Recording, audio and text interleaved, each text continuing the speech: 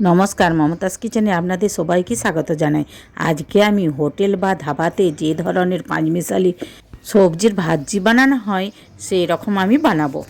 এই ভাজি রুটি, পরোটা, ভাত দিয়ে খেতে অসাধারণ লাগে। এখন আমি এখানে আলু, বরবটি, গাজর, কুঁদরি আর ঢেঁড়স আলাদা আলাদা নিয়েছি।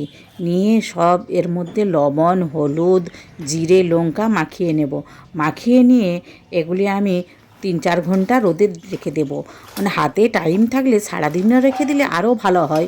আমার হাতে টাইম নেই, তার জন্য আমি 3 ঘন্টার মতো রোদে দিলাম। দেখুন, এই সবজিগুলো আমি সব একসাথে এই লবণ হলুদ আরে মাখিয়ে দিলাম। মাখানো হয়ে গেছে। এগুলি আমি একপাশে রেখে ঢ্যাঁড়সটি আবার নিয়ে নেব। ঢ্যাঁড়সটিও খুব ভালো করে মেখে নেব। ঢ্যাঁড়সটি আলাদাভাবেই করছি। ঢ্যাঁড়স থেকে প্রচুর জলও বের হয়, আর ঢ্যাঁড়স একটু হড়হড়ে তো, তার জন্য আলাদাভাবে শুকাবো।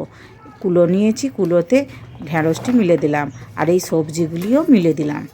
মিলে রোদে 3-4 ঘন্টা রেখে দেবো। সবজিগুলি এখন আমার অনেকটাই শুকিয়ে গেছে আর ঢ্যাঁড়সের হড়হড়ানিও চলে গেছে। এখন আমি কড়াই বসিয়ে দিয়েছি। কড়াইয়ের মধ্যে গোটা লঙ্কা, জিরে দিয়ে দিলাম।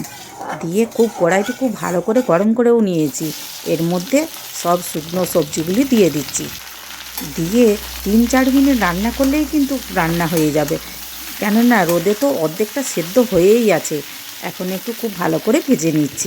এইভাবে সবজি কেটে রোদে দিয়ে যদি রান্না করা হয় কম তেলে আর কম টাইমের মধ্যেও ভাজা হয়ে যাবে, আর খেতে কিন্তু খুব সুন্দর লাগে। রুটি দিয়ে, পরোটা দিয়ে, ভাত দিয়ে আপনারা খেতে পারেন। দেখুন কত সুন্দর সেদ্ধ হয়ে গেছে। আজকের রেসিপিটি আপনাদের যদি ভালো লাগে একটা লাইক করার অনুরোধ রইল, আর প্লিজ সাবস্ক্রাইব করবেন, আর বন্ধুবান্ধবদের সাথে শেয়ারও করবেন। ফেসবুক থেকে দেখলে অবশ্যই ফলো করবেন। ভিডিওটি শেষ পর্যন্ত দেখার জন্য ধন্যবাদ। আবার দেখা হবে নতুন কিছু রেসিপির ভিডিও নিয়ে মমতাজ কিচেনে। আপনারা ভালো থাকবেন। এবার আসি।